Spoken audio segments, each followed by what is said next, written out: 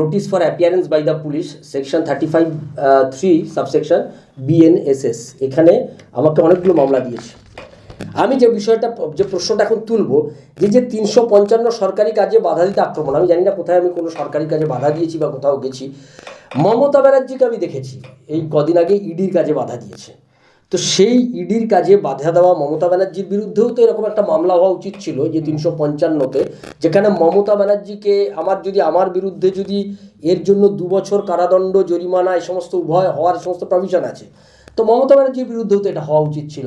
ইডির কাজে বাধা দেওয়া, ইডির কাছ থেকে ফাইল ছিনিয়ে নেওয়া, পুলিশ সঙ্গে নিয়ে গিয়ে, এটাও তো এক ধরনের সরকারি কাজে বাধা দেওয়া। সেই ব্যাপারেও তো মমতা ব্যানার্জির, আমার মনে হয় সেক্ষেত্রে মমতা ব্যানার্জিরও বোধহয় জেল হওয়া উচিত আমার মনে হয়েছে। মুর্শিদাবাদের বেলডাঙ্গাতে অশান্ত, পশ্চিমবাংলার বিভিন্ন জায়গায়, আমি চন্দন দাস আর হরগোবিন্দ দাস, এই পিতা পুত্রকে নৃশংসভাবে হত্যা করেছে যারা, সেই হত্যাকারী কারা সেটা আমরা জানি, এবং তাদেরকে কারা শেল্টার দিচ্ছে সেটাও জানি। বেলডাঙ্গাতে কারা এই গোলমাল পাকাচ্ছে সেটাও জানি, এবং বেলডাঙ্গাতে যারা গোলমাল তৈরি করছে গোটা বেলডাঙ্গা জুড়ে, তাদের বিরুদ্ধে সরকার নীরব। আর আমরা যারা এই সত্যগুলোকে সামনে নিয়ে আসছি, তাদের বিরুদ্ধে সরকার বলছে গণহত্যার মামলা দিচ্ছে, তাদেরকে সরকারি কাজে বাধা দেওয়ার মামলা দিচ্ছে, তাদেরকে চুরি জোচ্চুরি বাটপাড়ি এই সমস্ত এখনও পর্যন্ত এই সমস্ত মামলা তাদের বিরুদ্ধে দেওয়া হচ্ছে। এটা আমি মনে করি পশ্চিমবাংলার সুপ্রিম কোর্টের যে অবজারভেশন আমরা দেখলাম, যে এই ফাইল ছিনতাই করা, সবুজ ফাইল কেড়ে নেওয়ার মামলায় সুপ্রিম কোর্টের যে অবজারভেশন ছিল, যে পশ্চিমবাংলায় আগামী দিনে আইনের শাসন সেটা কিন্তু বিঘ্নিত হতে পারে যদি সুপ্রিম কোর্ট ঠিক করে এই যে ফাইল ছিনতাই করার মামলাতে যদি তারা সঠিকভাবে বিচার না করে, তাহলে কিন্তু আইনের শাসন বিঘ্নিত হতে পারে। এটা যে কত সত্য সুপ্রিম কোর্টের এই অবজারভেশন, পশ্চিমবাংলায় কার্যত আইনের কোনো শাসন নেই।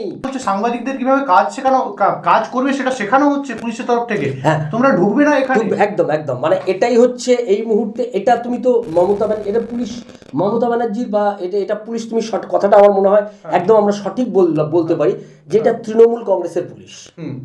এটা কোনো সরকার, রাজ্য সরকারের সংবিধান মেনে চলা পুলিশ নয়, দেশের সংবিধান মেনে চলা পুলিশ নয়, পুলিশের যে নিজস্ব সংবিধান আছে সেই সংবিধান মেনে চলা পুলিশ নয়। এটা একদম একটা রাজনৈতিক আনুগত্যে চলা একটা বাহিনী, যে তৃণমূল কংগ্রেসের এটা একটা শাখা সংগঠন। আমি মনে করি তৃণমূল কংগ্রেস বিভিন্ন স্বৈরাচারী শক্তির বিভিন্ন রকমের এরকম সব থাকে, SS বাহিনী হিটলারের ছিল, এই রকম একটা বাহিনীতে পরিণত করা হয়েছে, যে বাহিনী আক্রমণ করবে মানুষকে বিনা বিচারে, তাদেরকে মামলা দেওয়া হবে, তাদের উপর হামলা হবে, তারা যদি কোথাও কোনো অপরাধ অন্যায়ের বিরোধিতা করে তাহলে তাদের বিরুদ্ধেই মামলা হবে।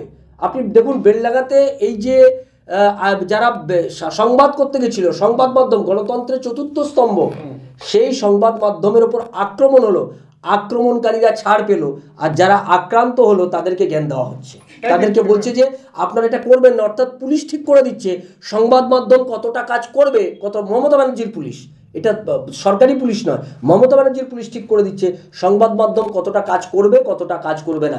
একদম হিটলারের SS বাহিনীর মতো এই পুলিশ, তৃণমূল কংগ্রেসের পুলিশ কাজ করছে। এটা আমার অভিজ্ঞতা, আমার কাছে এই যে নোটিশ এসছে, এই নোটিশের কোথাও কোনো সারবত্তা আছে কি নেই, আমি সেটা আইনি লড়াই আমি লড়বো, এবং সেই আইনি লড়াই মানে শুধু এটা আমি আপনাদেরকে জানিয়ে রাখছি আপনাদের মাধ্যমে, আমি যে শুধু আইনি লড়াই লড়বো, আমি এই অপরাধগুলো করিনি বলে আইনি লড়াই লড়বো তা নয়।